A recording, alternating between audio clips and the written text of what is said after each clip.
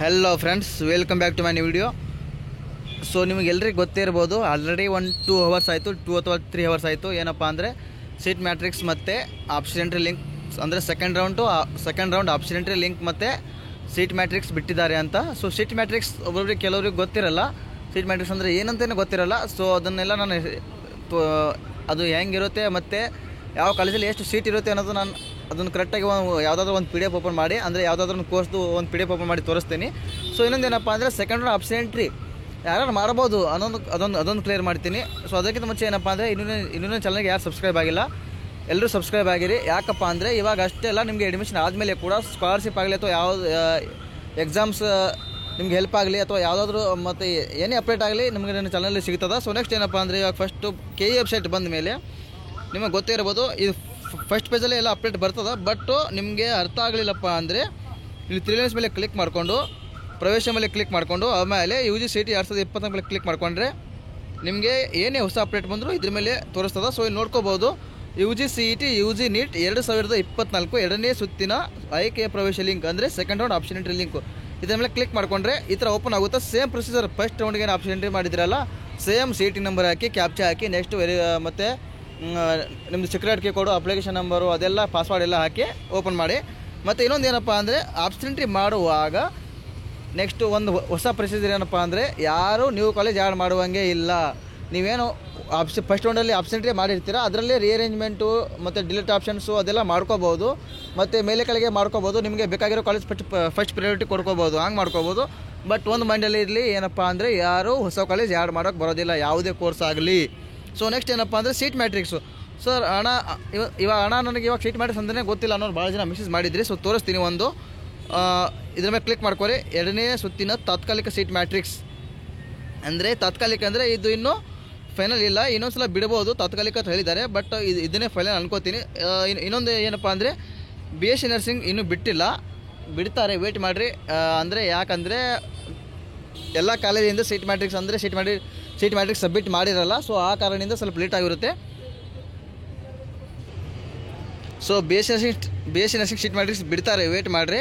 So ಇನ್ನೊಂದು ಏನಪ್ಪ ಅಂದರೆ ಇವಾಗ B ಫಾರ್ಮಾ ಮತ್ತು ಇಂಜಿನಿಯರಿಂಗ್ ಮತ್ತು ಅಗ್ರಿಕಲ್ಚರು ಅದೆಲ್ಲ ಬಿಟ್ಟಿದ್ದಾರೆ. ಸೊ ಆರ್ಕಿಟೆಕ್ಚರ್ ಕೂಡ ಬಿಟ್ಟಿದ್ದಾರೆ.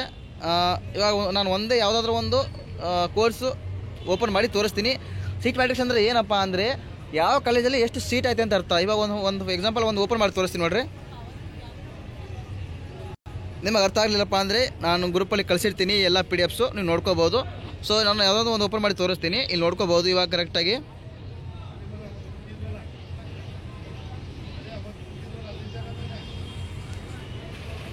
ಸೊ ನೋಡ್ಕೋಬೋದು, ಇಲ್ಲಿ ಫಸ್ಟ್ ನೋಡಿರಿ ಎಲ್ಲರೂ E001 UVCE ಬೆಂಗಳೂರು.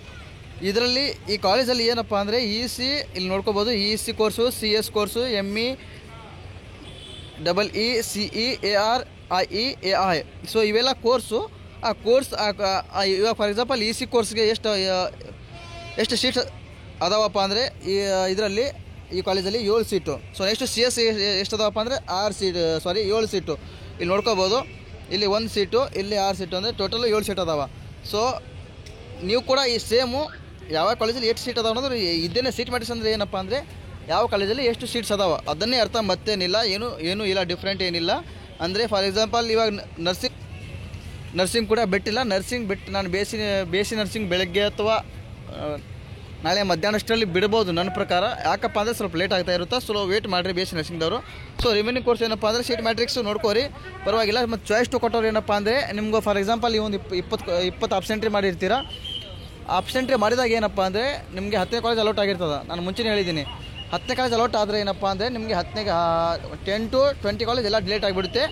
1 to 9 ಅಷ್ಟೇ ಉಳಿತಾವೆ. ಸೊ 9 ಕಾಲೇಜಲ್ಲೇ ನೀವು ರೇಂಜು ಡಿಲೇಟು ಮೇಲೆ ಕೆಳಗೆ ಮಾಡ್ಕೋಬೋದು, ನಿಮ್ಮ ಇಷ್ಟ, ಹಂಗೆ ಮಾಡ್ಕೋಬೋದು, ಇಲ್ಲ ಅಷ್ಟೇ ಬಿಡ್ಬೋದು. ಅದು ನಿಮ್ಗೆ ಹೆಂಗೆ ಇರುತ್ತೋ ಹಂಗೆ ಮಾಡ್ಕೋಬೋದು. ಸೊ ಇನ್ನೊಂದು ಚಾಯ್ಸ್ 3 ಕೊಟ್ಟವ್ರು ಏನಪ್ಪ ಅಂದರೆ ಚಾಯ್ಸ್ 3 ಕೊಟ್ಟವ್ರು ಕೂಡ ಸೇಮು.